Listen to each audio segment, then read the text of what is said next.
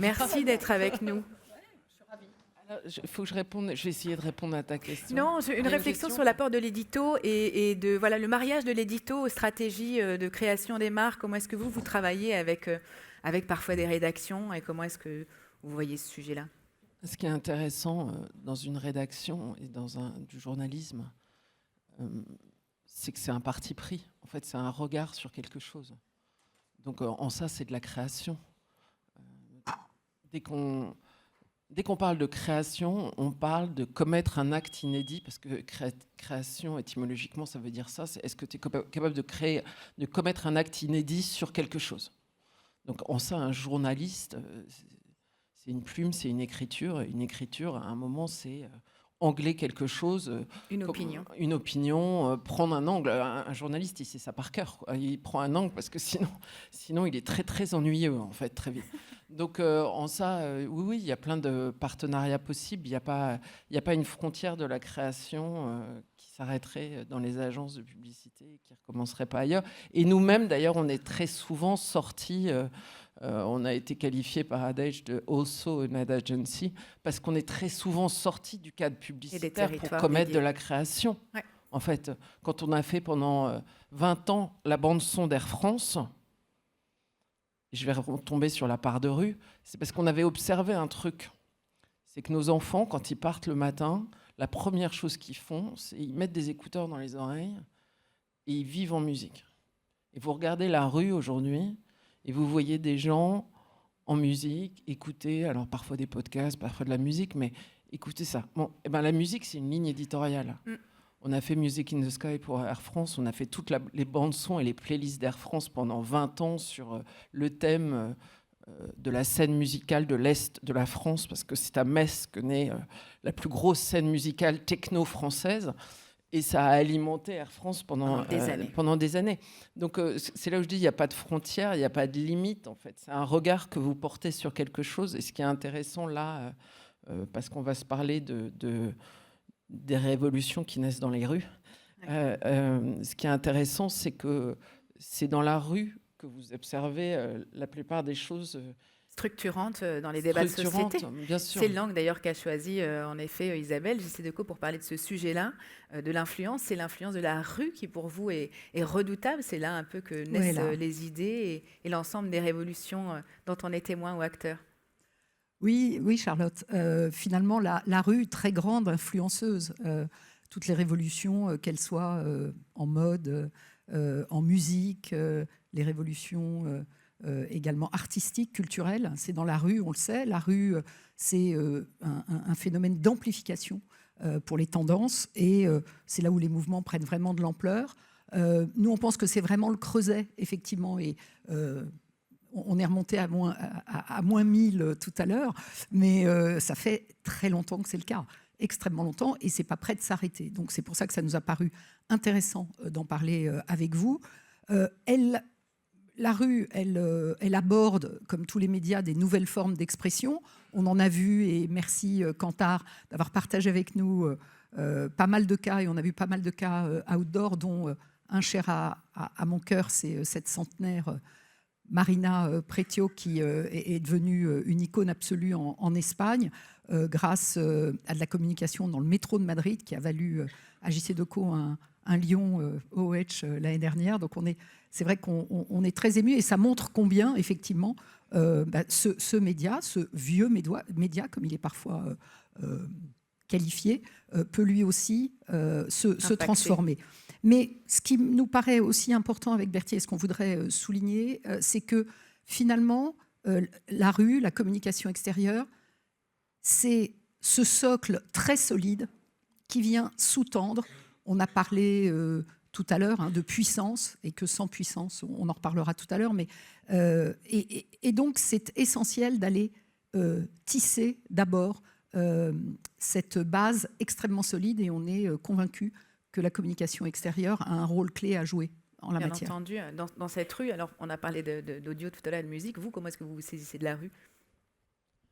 Nous, elle est fondamentale. D'abord, encore une fois, ce métier, contrairement à ce qu'on pense, c'est d'abord un métier d'écoute. Donc notre métier, c'est d'entendre les signaux faibles, et d'entendre les signaux forts aussi. Mais on voit ce qui se passe en ce moment en Turquie. Je ne sais pas qui se souvient ici où il était en janvier 2015. Moi, je me souviens qu'en janvier 2015, au moment de l'attentat de Charlie Hebdo, j'étais chez Lacoste. Et on était avec Felipe de Oliveira, on était sur la prochaine collection Lacoste. Et on est tous partis dans la rue. Et on a marché jusqu'à la place de la République. Et les gens étaient silencieux, ils étaient atones, aphones. Et ils étaient tétanisés, mais ensemble. Et donc, je pense que la plus belle chose qu'on peut accorder à la rue et à l'affichage, c'est ce pouvoir universel de rassembler les gens. Il faut encore quand même des médias où on est tous ensemble et où on les regarde au même moment et on se dit, il y a quelque chose qui nous rassemble là. Il y a quelque chose qui est de l'ordre du commun. La ville fait du commun, si on y arrive. La rue fait du commun, quand on y arrive. Sur Lacoste, c'est une jolie histoire, parce que l'histoire de cette affiche, parce que c'est l'histoire d'un fou rire. En fait, la plupart du temps, la fashion passe son temps à essayer de montrer à quel point les gens sont différents, à quel point ils sont plus dans le coup ou moins dans le coup. Et il n'y a pas pire fashion faux pas que d'arriver avec la même robe que quelqu'un d'autre à une soirée. Bon. Et en fait, nous, c'est juste l'inverse qui nous a amusés sur Lacoste. C'est qu'en fait, il y a des chauffeurs de taxi au Mexique qui portent des polos Lacoste. Il y a des stars de la télé qui portent des polos Lacoste. Il y a des présidents des États-Unis qui portent des polos Lacoste. Et si parfois vous vous retrouviez avec ces mêmes personnes au sein d'une même image, et si le crocodile était un espèce de tout petit lien universel que les gens ont parfois entre eux, et ce truc-là en affichage, c'est super puissant, quoi. Il n'y a même pas besoin de mots, en fait. C'est ce que tu dis résonne beaucoup pour moi, Bertie, parce que j'ai eu la chance de pas mal travailler à l'international chez JC Decaux, et j'ai toujours été ultra sensible à l'universalité mondiale de ce média. C'est-à-dire que vous en avez tous fait l'expérience, vous arrivez dans un pays où vous ne comprenez absolument pas la langue, le média que vous pouvez consommer, c'est le média de la communication extérieure. Et il vient vous chercher, il vous appelle, il vous interpelle.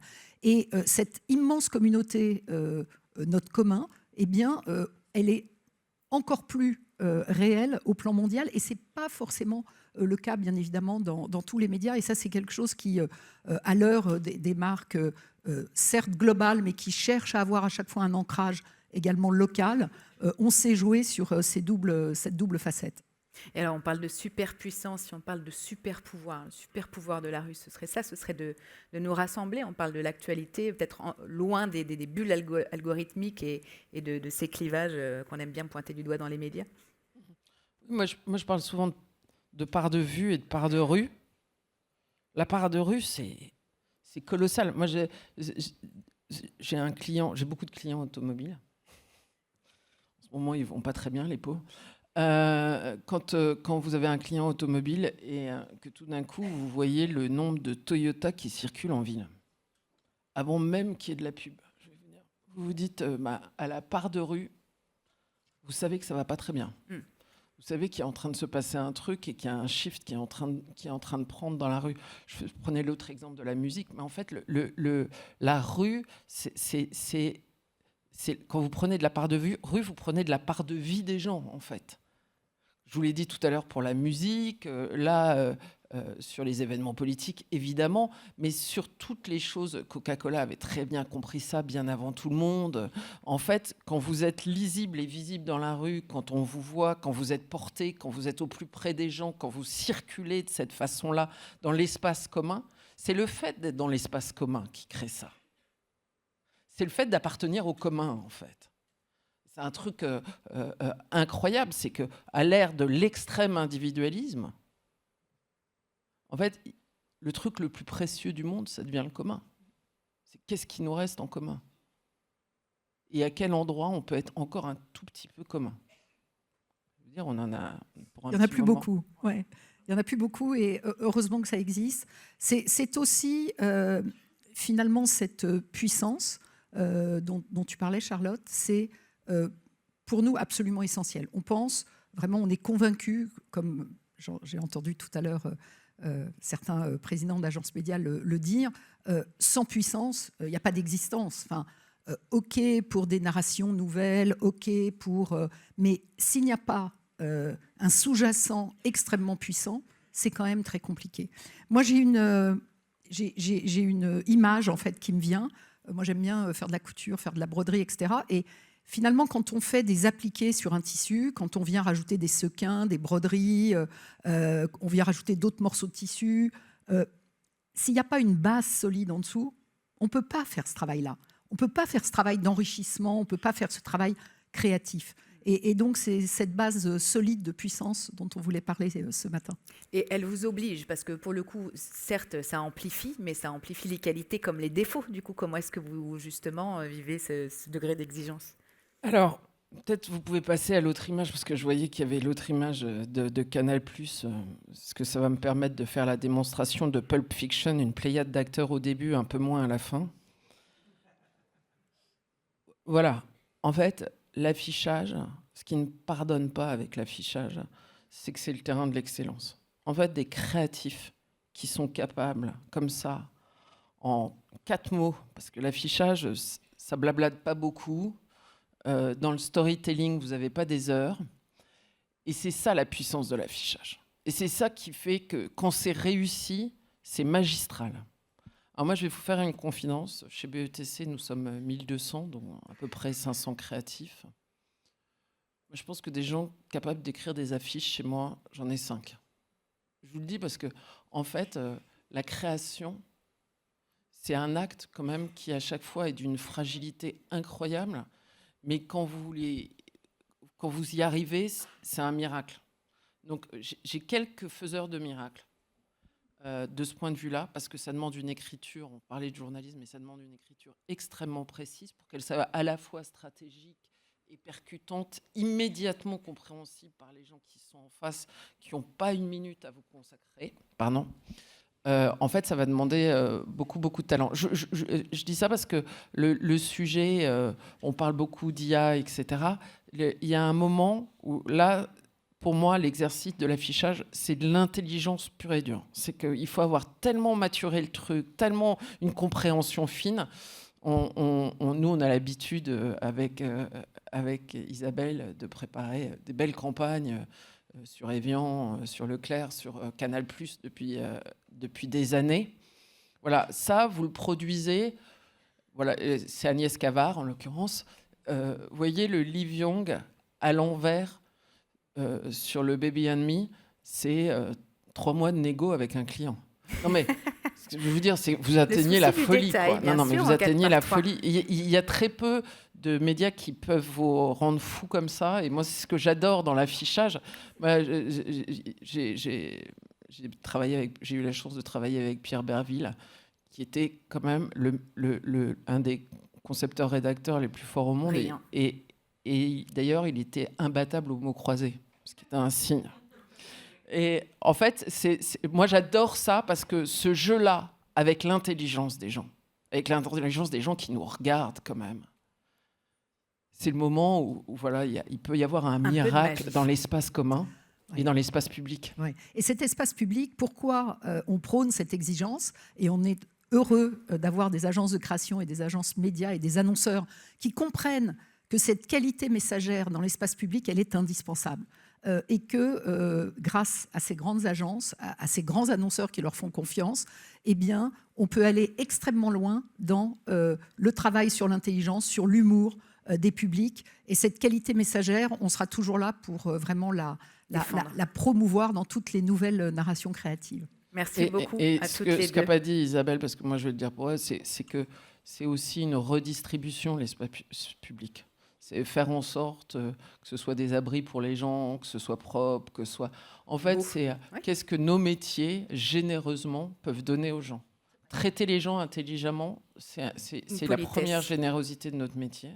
Et ensuite, faire en sorte qu'ils le vivent le mieux possible, c'est la deuxième. Mais c'est important et je pense que si on veut tous ensemble continuer à cultiver un bout de commun dans un monde qui a du mal à se parler bien, qui ne se parle pas très bien quand même en ce moment, qui a besoin de s'écouter un peu plus et de se parler un peu mieux.